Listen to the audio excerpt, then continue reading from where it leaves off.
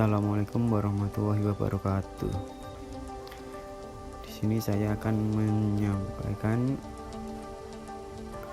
presentasi asuransi syariah dari kelompok saya yang beranggotakan Muhammad Horul Anam, Alvin Maulana Irsyad, Siti Safangatul Mar'ah, Tiara Pertiwi, Ratna Puji Septiana, Karunia Dewi Husnul Khotimah. Rumusan masalah yang akan dibahas. Apa pengertian asuransi syariah? Bagaimana wakaf melalui asuransi? Apa tujuan asuransi konvensional dan syariah? Apa saja prinsip asuransi syariah dan konvensional? Apa saja prinsip dan dasar hukum asuransi syariah dan asuransi konvensional? Selanjutnya, apa saja keuntungan dan kelemahan dari asuransi syariah dan konvensional?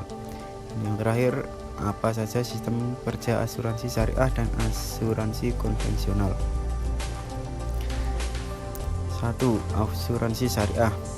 Asuransi syariah merupakan asuransi berdasarkan prinsip tolong-menolong dan saling melindungi antar peserta. Pengertian tersebut sesuai dengan Fatwa MUI nomor 21/DSN MUI/X/2001,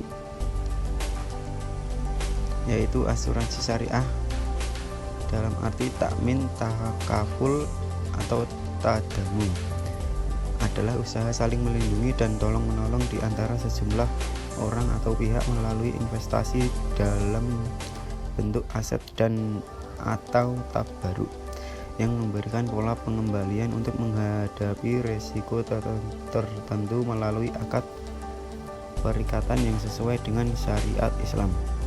2. Asuransi syariah menurut ajaran Islam. Industri keuangan dengan sistem syariah menjadi sorotan. Pasalnya, produk dengan jasa syariah menawarkan kemudahan berdasarkan syariat Islam. Salah satunya, asuransi syariah sebagai manusia beriman dan keinginan untuk melakukan semua hal sesuai syariat Islam, bertindak sesuai dengan syariat dan menggunakan produk halal, tak kecuali memberikan perlindungan bagi keluarga. Sejalan dengan prinsip tersebut, perusahaan asuransi muncul dengan produk asuransi syariah. 3. Wakaf melalui asuransi. Karena program ini berdampingan dengan asuransi investasi, bahkan Anda sebagai pemegang polis asuransi syariah pun dapat mewakafkan manfaat asuransi dan kegiatan tersebut setelah mendapat persetujuan dari MUI maupun syaratnya. 1. Ahli waris atau penerima manfaat asuransi menyetujui mewakafkan manfaat asuransi. 2. Calon penerima manfaat asuransi telah menyatakan kesepakatan. 3. Jumlah yang diwakafkan tidak lebih dari 45% dari total manfaat asuransi. 4. Ikrar wakaf dilakukan setelah manfaat asuransi dalam suatu hak ahli waris atau penerima manfaat asuransi.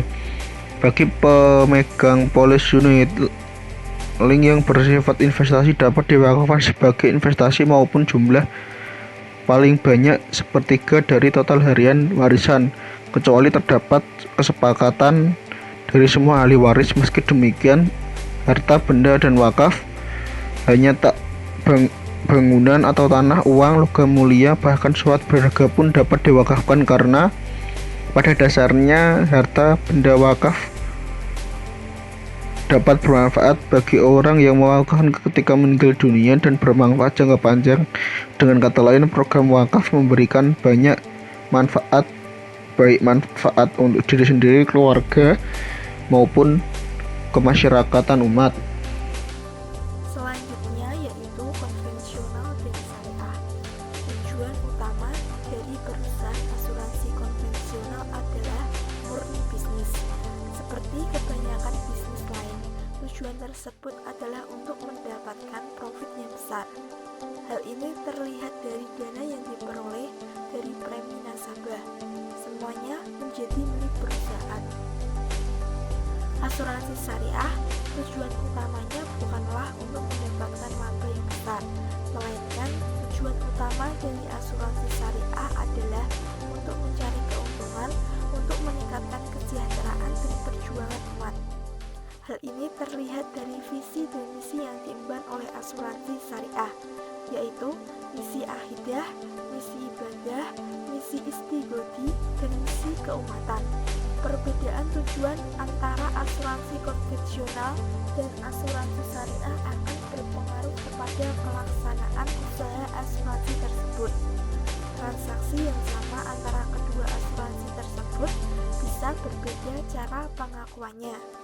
Hal ini disebabkan karena adanya perbedaan tujuan yang harus dicapai oleh asuransi konvensional dan asuransi syariah. Prinsip asuransi syariah.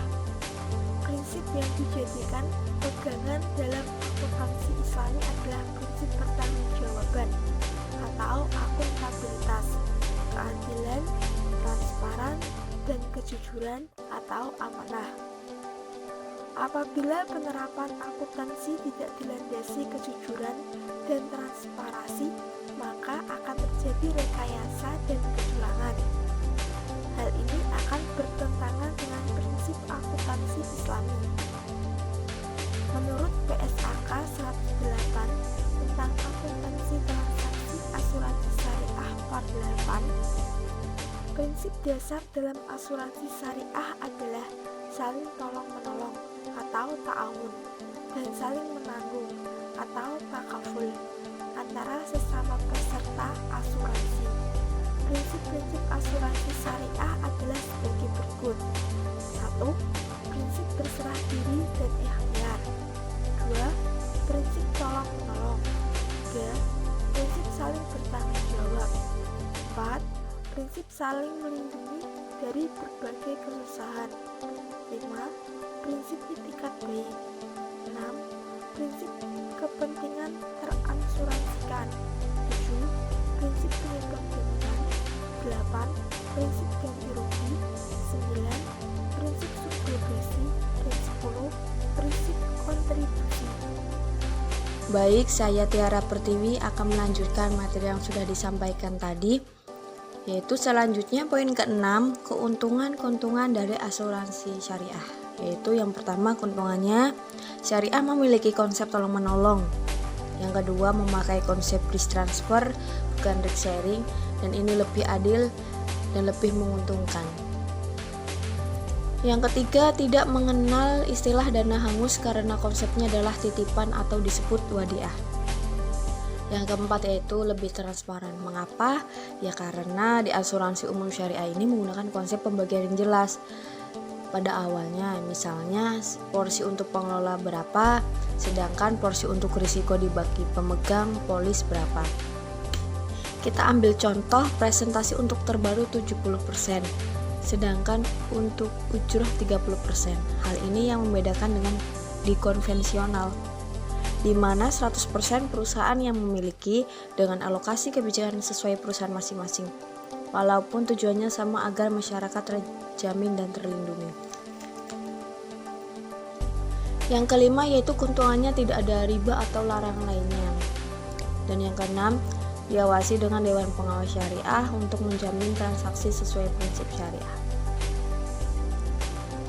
Selanjutnya yang ketujuh, kelemahan asuransi syariah. Ternyata asuransi syariah ini juga memiliki kelemahan, yaitu tidak bisa menginvestasikan dana yang terkumpul ke dalam semua bentuk investasi atau sembarang bentuk ya, harus sesuai dengan persetujuan Dewan Pengawas Syariah dulu.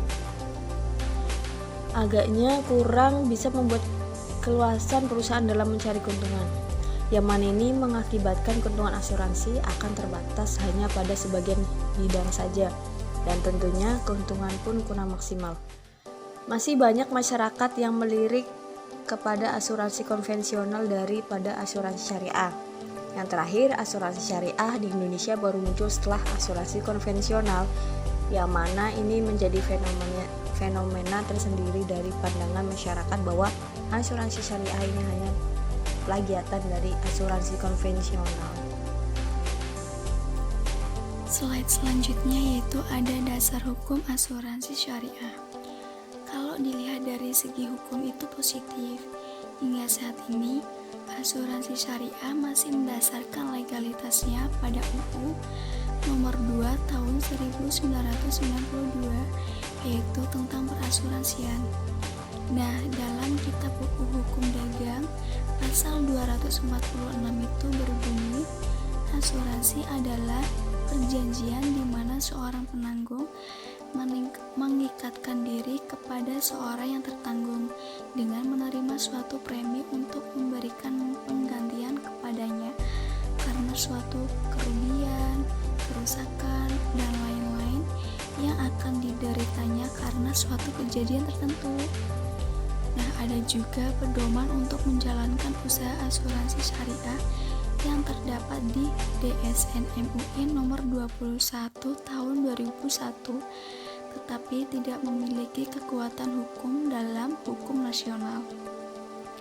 Slide selanjutnya yaitu sistem kerja asuransi syariah. Yang pertama yaitu ada underwriting. Underwriting merupakan proses seleksi yang dilakukan oleh perusahaan asuransi jiwa untuk menentukan tingkat risiko yang akan diterima dan menentukan besarnya premi yang akan dibayar. Underwriting syariah ini bertujuan untuk memberikan skema pembagian risiko yang proporsional dan adil di antara para peserta yang relatif homogen. Underwriter perusahaan asuransi ini memiliki sasaran yang menyetujui dan menerbitkan polis asuransi yang adil bagi nasabah dan dapat diterima oleh calon peserta di mana polis ini menyediakan benefit yang memenuhi kebutuhannya. Premi yang ditetapkan dalam polis harus berada dalam batas kemampuan keuangannya dan premi yang dibebankan harus dapat bersaing di pasar. Selanjutnya itu ada pada polis asuransi syariah, yang ini harus ada ijab dan qabulnya. Ijab ini bentuknya penawaran dan qabul ini bentuknya penerimaan. Ijab ini merupakan niat yang dinyatakan oleh pemilik resiko untuk berbagi resiko dengan pemilik resiko lainnya yang dikelola oleh perusahaan asuransi syariah dan kesanggupannya untuk melakukan tanggung jawab tertentu seperti membayar kontribusi dan mengikuti akad asuransi syariah. Slide selanjutnya yaitu premi. Yang pertama, premi tabungan. Pengertiannya yaitu bagian premi yang merupakan dana tabungan pemegang polis yang dikelola oleh perusahaan yang mana pemiliknya akan mendapatkan hak sesuai dengan kesepakatan. Yang kedua, premi tabaru, yaitu sejumlah dana yang dihibahkan oleh pemegang polis dan digunakan untuk tolong-menolong dalam menanggulangi musibah kematian yang akan disantunkan kepada ahli waris.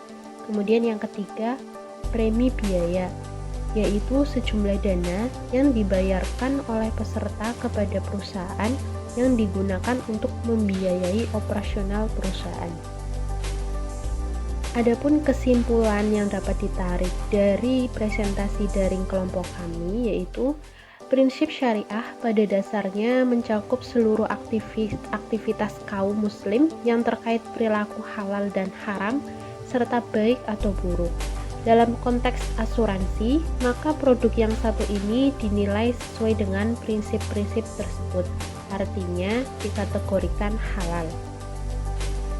Demikian presentasi daring dari kelompok kami, kurang lebihnya kami mohon maaf. Wassalamualaikum warahmatullahi wabarakatuh.